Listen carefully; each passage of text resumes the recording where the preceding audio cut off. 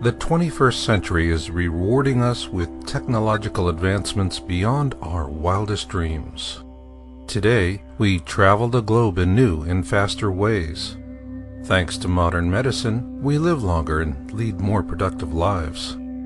For the fortunate haves of the world, the 21st century is fabulous. For the have-nots of the world, it is still about despair.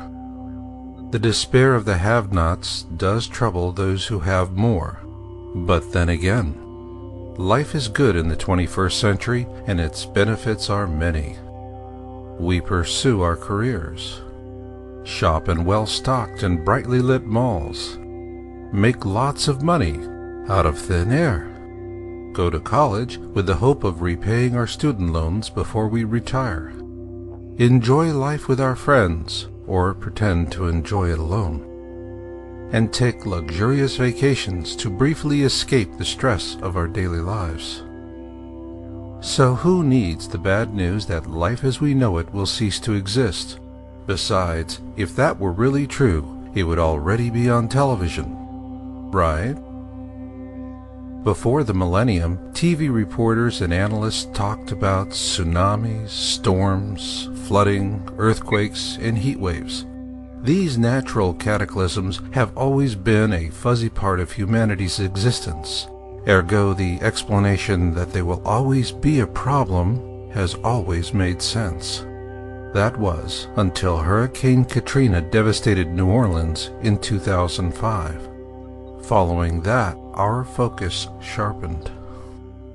Since Katrina, television news anchors and pundits have begun talking a lot more about mega tsunamis, storm surge, severe flooding, superquakes, and killer heat waves. Where in the world did all these new superlatives come from, and how did they creep into the vernacular without causing a panic? Are TV networks using them to get us to tune in, or does all this go much deeper than that?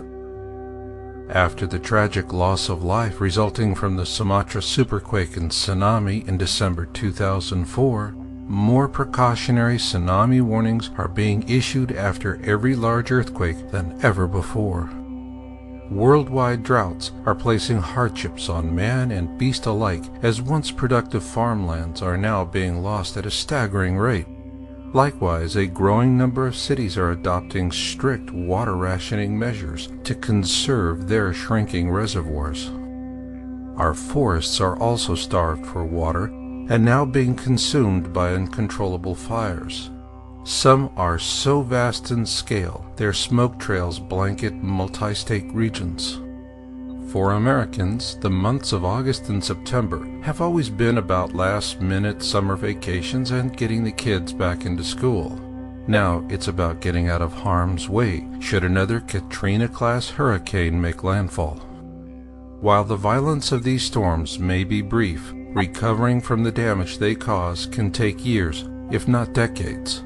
For those spared the grief of being in harm's way, it is a sad thing to witness. Those who do find themselves in harm's way usually suffer what they refer to as hell on earth, one replete with great outpourings of national sympathy and many broken promises of assistance. Even for those out of harm's way, there will be the economic consequences. We may not feel the bite of the storm winds or the raging waters of the flood, but will usually feel the bite of higher prices. It is inevitable that as those in harm's way begin to pick up the pieces, we are beset by a swarm of profiteers who will swoop down upon us all to feast upon an embarrassment of riches. Meanwhile, global warming debunkers assure us that Earth changes are part of a natural cycle. They tell us the many reports of ice packs, snowpacks, and glaciers melting away on the globe is of little or no concern. In fact, these smug debunkers assure us that the best thing we can do is not to believe our lying eyes. So what will it take before we do believe our own lying eyes? Well, that's a good question, because when we do, we begin to see an emergence of a new connection between natural and man-made failures. For example, an old steam pipe in New York City suddenly bursts through the pavement and gets national media attention. Given the media coverage, was this really a freak occurrence? Then the I-35 bridge in Minneapolis collapses with a tragic loss of life, a human event worthy of global attention. Although this bridge was known to be structurally weakened, the experts were still stumped. They simply could not explain such a sudden and catastrophic failure. Was this a freak occurrence as well? The truth is, much of America's infrastructure is in decline. A term that best describes it was coined in Russia several years ago. It's what they call painted rust, and we cannot keep on patching it forever. What that steam pipe New York and the bridge in Minneapolis had in common is that both were harbinger examples of painted rust failures. There will be more such failures of these old relics of painted rust infrastructure, because they are all being slowly pulled apart by low-level seismic activity. So what is causing this seismic activity? Our infrastructure is much like our own weakened biosphere.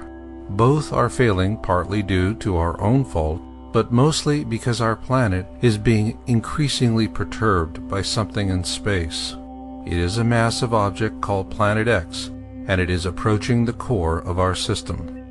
It has caused ancient cataclysms, and by 2012, it will revisit some of those cataclysms upon us once again. Could this really be true? If you're willing to believe your lying eyes, there is scientific proof.